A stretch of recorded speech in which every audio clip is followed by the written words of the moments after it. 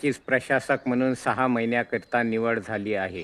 जिल्हा परिषदेने पूर्ण अधिकार मुख्य कार्यकारी अधिकारी मंदार पत्की यांना प्रदान करण्यात आले. यवतमाळ जिल्ह्यात जवळपास 980 ग्रामपंचायत प्रशासक म्हणून नेमण्यात आले.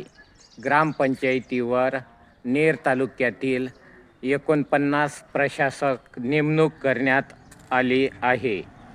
नेर तालुक्यातील सर्वात मोठे गाव मांगलादेवीचे सरपंच रविपाल गंदे महाराज यांची पुन्हा प्रशासक म्हणून नेमणूक झाली असे शासकीय पत्र निघाले. त्यामुळे भविष्यात ग्रामपंचायत लढणाऱ्या विरोधकास धक्का पोचलेला आहे असे मांगलादेवी मध्ये गृहीत धरलेले आहे. त्यामुळे पुन्हा एकदा ग्रामपंचायत कोणाकडे जाणार समोर निवडणुकीनंतर हे वेळच ठरविणार आहे.